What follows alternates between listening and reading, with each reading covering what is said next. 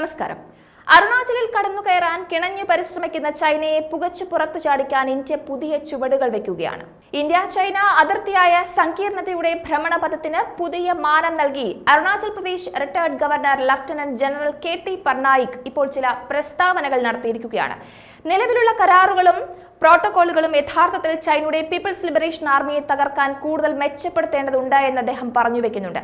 കരാറുകൾ ലംഘിക്കുന്ന PLAയുടെ അടിക്കടിയുള്ള നുഴഞ്ഞുകയറ്റങ്ങൾ നിർണായകവും സെൻസിറ്റീവുമായ ഒരു പ്രധാന പ്രശ്നമാണ്. പാരസ്പര്യത്തിന്റെ ഉറച്ച ബോധം ചൈന ലംഘിക്കുന്ന കാഴ്ചയാണ് കാണാൻ സാധിക്കുന്നത്.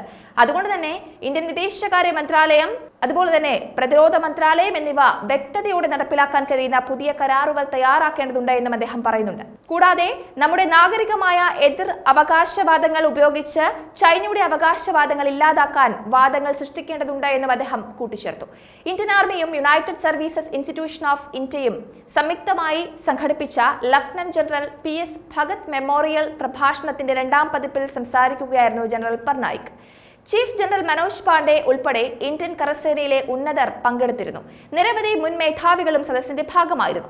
ഇന്ത്യയും ചൈനയും തമ്മിലുള്ള പരസ്പര ധാരണയും പ്രഖ്യാപിത വ്യവസ്ഥകളും LACയിൽ ആയുധങ്ങൾ പ്രയോഗിക്കരുതെന്ന് നിർബന്ധിക്കുന്നു. എന്നാൽ അതിന് നേരെ വിപരീതമായ കാര്യങ്ങളാണ് ചൈന തുടങ്ങി വെക്കുന്നത്. അരുണാചൽ പ്രദേശിൽ ചൈനയുടെ അവകാശവാദം എന്താണ്? അതിലേക്ക് വരികയാണെങ്കിൽ അരുണാചൽ പ്രദേശിന്റെ 90,000 ചതുരശ്ര കിലോമീറ്റർ തങ്ങളുടെ പ്രദേശമാണെന്ന് ചൈന അവകാശപ്പെടുന്നു. പ്രദേശത്തെ ചൈനീസ് ഭാഷയിൽ സാഗ്നാൻ എന്ന് വിളിക്കുകയും സൗത്ത് ടിബറ്റിനെ ആവർത്തിച്ച് പരാമർശിക്കുകയും ചെയ്യുന്നു. ചൈനീസ് ഭൂപടങ്ങൾ അരുണാചൽ പ്രദേശിനെ ചൈനയുടെ ഭാഗമായി കാണിക്കുന്നുണ്ട്. ഇന്ത്യൻ പ്രദേശത്തിന്മേലുള്ള ഈ ഏകപക്ഷീയമായ അവകാശവാദത്തിന് അടിവരയിടാൻ ചൈന ആനുകാലിക ശ്രമങ്ങളും നടത്തുന്നുണ്ട്. അരുണാചൽ പ്രദേശിലെ സ്ഥലങ്ങൾക്ക് ചൈനീസ് പേരുകൾ നൽകുന്നത് ആ ശ്രമത്തിന്റെ ഭാഗമാണ്.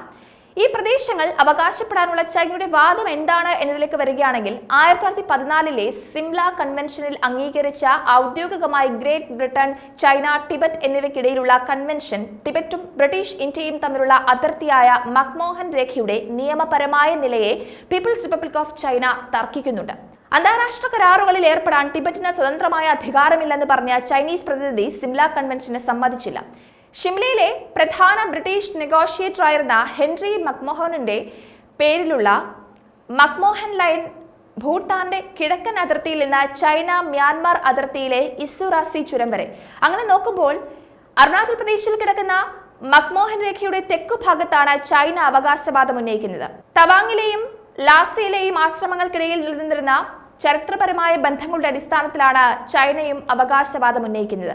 ചൈനയുമായുള്ള അതിർത്തി തർക്കം തുടങ്ങുന്നതിലേക്ക് വരികയാണെങ്കിൽ ചൈനയിൽ കമ്മ്യൂണിസ്റ്റുകൾ അധികാരമേറ്റതിനു ശേഷം എല്ലാ അന്താരാഷ്ട്ര കരാറുകളിൽ നിന്നും അപമാനത്തിന്റെ നൂറ്റാണ്ടിൽ അടിച്ചേൽപ്പിക്കപ്പെട്ട അസമത്വ ഉടമ്പടികളിൽ നിന്നും അവർ രാജ്യത്തെ പിൻവലിച്ചു. അതിന്റെ എല്ലാ അതിർത്തികളും വീണ്ടും ചർച്ച ചെയ്യപ്പെടണമെന്ന് ആവശ്യപ്പെട്ടു. ഇത് വിപരീത ഫലങ്ങളിലേക്കാണ് നയിച്ചത്. അതുപോലെ തന്നെ LAC ഇന്ത്യയുടെ നിയന്ത്രണത്തിലുള്ള പ്രദേശത്തെ ചൈനയുടെ നിയന്ത്രണത്തിലുള്ള പ്രദേശങ്ങളിൽ നിന്ന് വേർതിരിക്കുന്നുണ്ട്. ഇത് 3 മേഖലകളായിട്ട് തിരിച്ചിട്ടുണ്ട്.